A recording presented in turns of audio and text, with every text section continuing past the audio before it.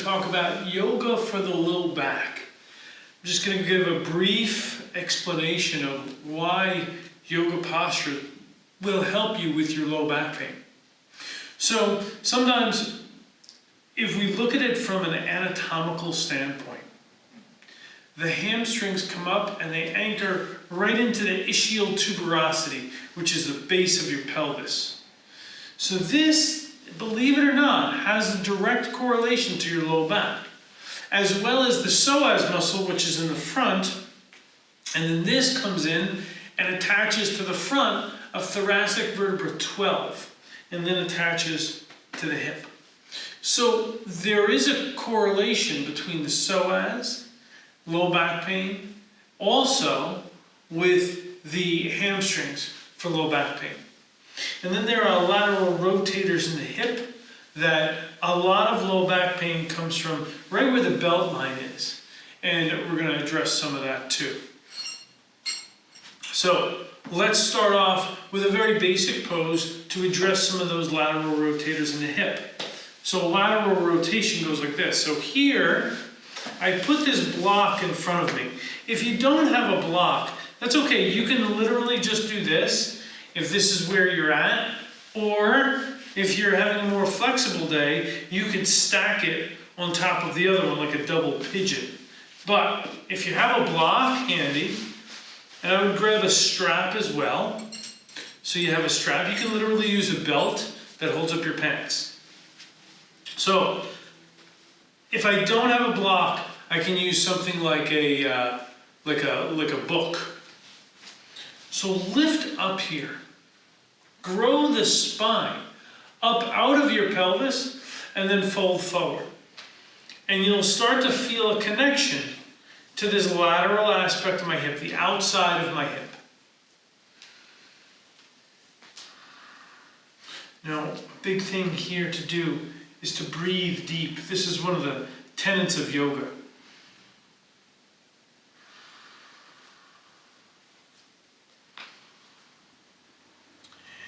Once I'm feeling comfortable here, I can start to walk my hands out in front.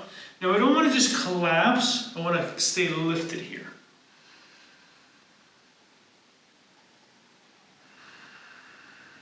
Breathe deep into the belly. And again, if you're having a flexible day and you want to put it here, this is just as nice. It's a little more intense. Each exhale, I come forward a little bit to open up the hip. So many of us have sciatica or piriformis syndrome, which is that sciatica-like pain that resides in our backside. This is a great stretch for that. Inhale, lift up. And we switch and we go to the other side. So now the block, the book, or not, comes right in front of you. And like I said, if this is too much, we're just here, cross-legged, leaning forward. You'll feel it, depending on your flexibility. Inhale, lift up. Exhale, start to crawl the hands out. So I want to connect my breathing with my movement.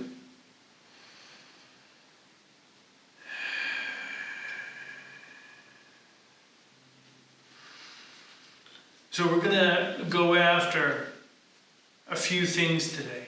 We're going to go after stretching the lateral rotators of the hip, which we're doing right now. We're going to go after the psoas and the hamstrings.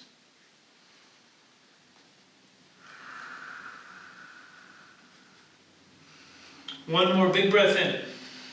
Exhale, fold forward. Inhale, lift up.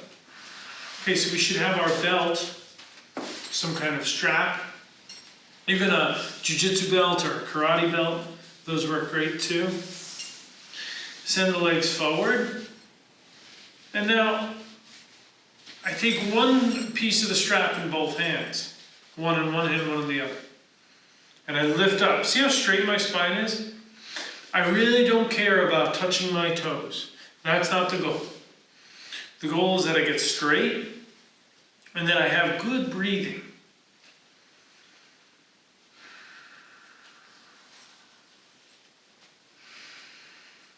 Each exhale, I want to feel some tension in the back of the legs, and then I want to try and dissolve it with my mind.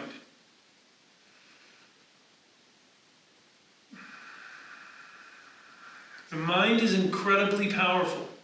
Even dealing with basic stretches. I knew somebody, I'm an acupuncturist as well, and I was treating somebody for neck and shoulder pain. And they came in and the shoulder was like this. And they came in and they said, oh my God, I have so much neck pain. Fold forward a little more, hinging at the waist. And I realized that as I was doing, it was from a football injury. So that they had received like a week prior. And I literally just put my hand on the upper trap and I said, can you tell your mind to relax this area? And the shoulder went from here to here. So there was a lot of guarding going on, which is a normal human behavior. So we can explore that within our own body through the stretches. So now we're connecting to the hamstring, which attaches to the very base of our pelvis, which sometimes can involve low back pain.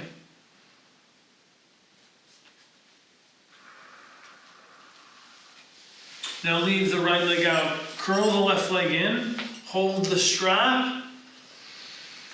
And again, I don't care about touching those toes. I want to come up high and feel that. Now spread the toes. And exhale, hinge forward.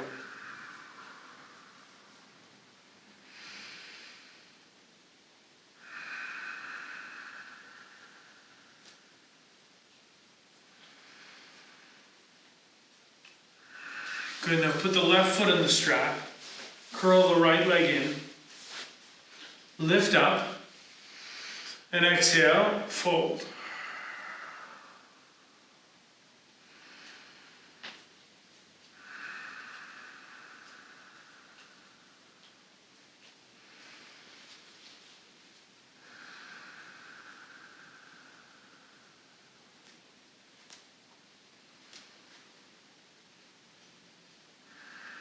One more big breath in. Exhale, fold. Good. Release that. Now we're going to come to a lunge. So our lunge is going to connect us to the psoas. So if you have 2 blocks, you can grab your 2 blocks. If you don't have 2 blocks, don't worry about it. It's not a big deal. So, I'm on my hands and knees. My hands are going to be on the blocks if I have them. If I don't have the blocks, they're on the floor. Step the left foot up in between the hands. Now, I'm going to keep my hands on the floor at first, or on the blocks. The back leg is long. Now my psoas is going to travel from here and corkscrew its way up to the front of where my spinous process is, my back, right? The bone of my spine, right? The front of that. So this muscle is stretching right now as I lean forward. This is many times a hidden culprit where people think they have a herniated disc or they have this or that, and really their psoas is the problem because they're sitting too long. Now if you don't feel anything, it might be because you're like this. You're at 90 degrees. So here I tuck the toes, I move my knee back, then I place it down. 3 more breaths. Lift the front toes.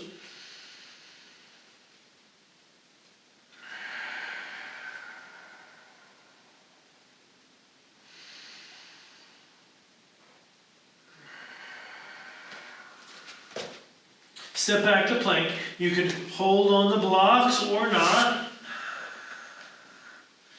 Now, focus on drawing the tummy in just a little bit.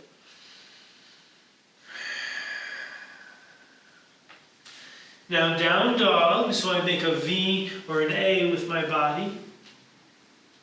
Capital A. Step the right foot in between the hands this time, or the blocks, knee down. And come and connect to that same psoas muscle. So the front of your left hip is now stretching. You might think that it's bizarre because how could the psoas deal with the low back pain? But it's because of its attachment to the hip as well as attaching into the front of the spinous process. That when there's a cramp there, when the muscle tightens, it refers pain because it hits muscles, it hits nerves coming off that innervate at the low back area. 2 more breaths.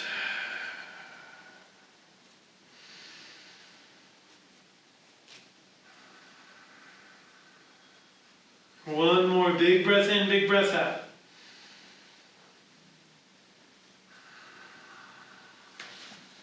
Now step back to downward facing dog. Come down to the knees. Good. So now what we're going to do, bring the left knee to the left wrist. Now I bring this leg through. If I can get it completely parallel, good for me. If I can't, that's okay, even if it's on a 45. I start to reach my leg back. See how I slid my right leg back? Now I can come down to my forearms if I like. And if I want to bring this more towards the front of the mat, I can do that as well. And you'll feel the connection to those lateral rotators again. Again, the piriformis muscle. And that's where the sciatic nerve kind of runs through, can get sandwiched between a spasmed piriformis muscle. So we're stretching the body. I teach Brazilian Jiu-Jitsu as well, and I was teaching a kids class.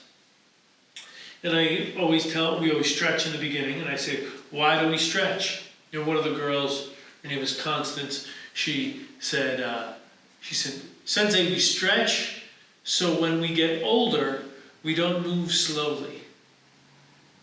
And I laughed and I thought, this is correct. Now bring the hands under the shoulders. Push back, downward dog, again making that capital A with the body. Now bring right knee, right wrist.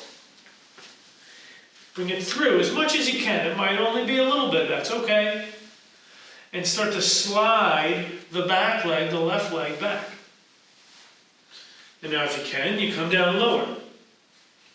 If you want to add, and you want to move your leg to the top of the mat so it's parallel to the top, do that.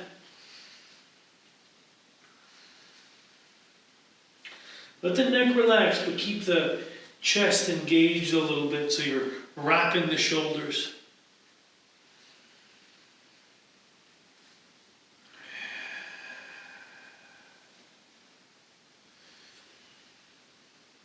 Soften into where you feel the taut tension of the muscle.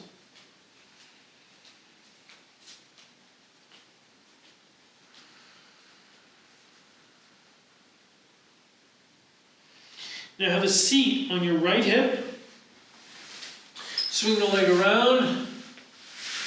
Send the legs both out in front. Step the left leg over the right. So both legs were straight. Now I step the leg over the right. Hug with my right arm. So my right arm is hugging my left shin, knee, thigh area. Left hand is behind me. Inhale, lift up. And on the exhale, twist.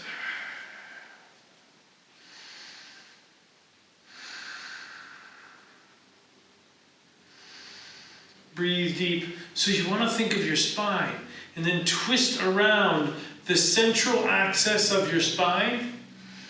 So I keep my chin in line with the sternum. I don't go looking over my shoulder because this involves the cervical spine.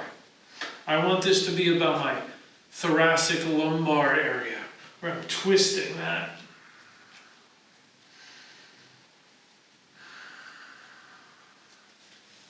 Now send the left leg straight, so you have both legs straight. Now bend the right. Bring that over to the outside of the left leg. Hug with the left arm. So the left arm hugs the right leg, right hand behind you. Inhale, lift up. Exhale, twist. 3 times like that.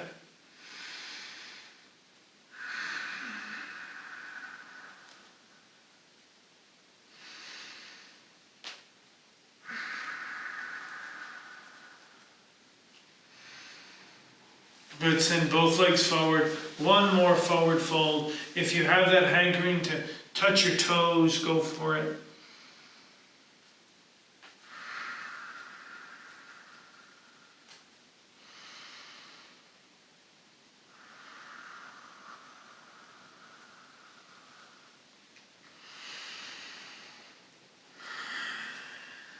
Now, for the last pose, I'm going to ask you to find a wall. So just a place where you can go. You don't have to make a big space for a big handstand or inversion or something like that. Literally, I'm going to scoot my butt as close I can to the wall. And then I'm going to send my legs up a wall. Now, I had horrible sciatica at a certain point in my life. And it was actually piriformis syndrome. But it was acting like sciatica.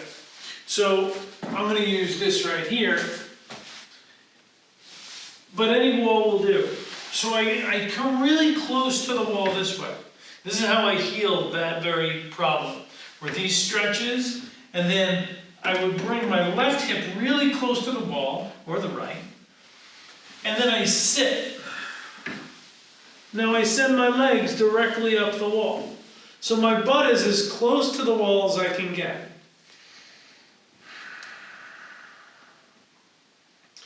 And my arms lay out here. Now why is this important for my low back health? Well, right now I am stretching my hamstrings. I can feel it. It's a mild stretch. But everything is getting to relax. Meaning that normally I have to engage muscle to hold myself up and stretch myself. There's something that is contracting. Here, I get to totally relax.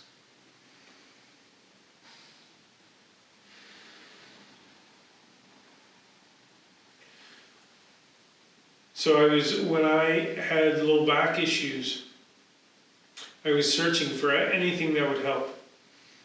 And eventually a yoga teacher told me, try legs up a wall. And I resisted. I was like, no, it was more the active poses that I wanted. But the passive pose really helped. Just sitting here. Now what you're going to experience is there's blood draining out of the feet and out of the legs. And you're going to feel that. That's normal. You might even start to feel a pulsation in the core. That's normal too. This engages the parasympathetic nervous system because blood is starting to pool in the torso. So the body is sensing this increased pressure, and it sends a signal to your brain to turn on the parasympathetic nervous system to help relax you. So it's saying to your heart right now, slow down the rate and the volume at which you're pumping. And that turns on a part of your brain that helps you to relax. 5 more deep breaths.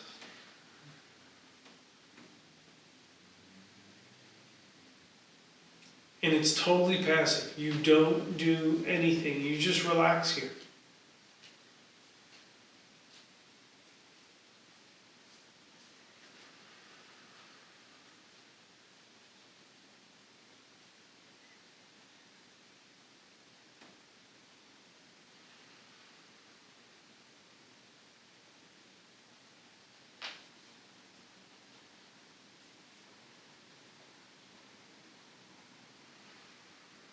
On the exhale, bend the knees, turn over onto your side.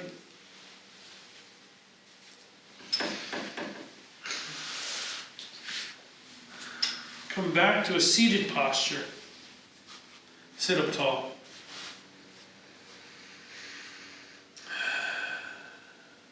Inhale deep. Namaste.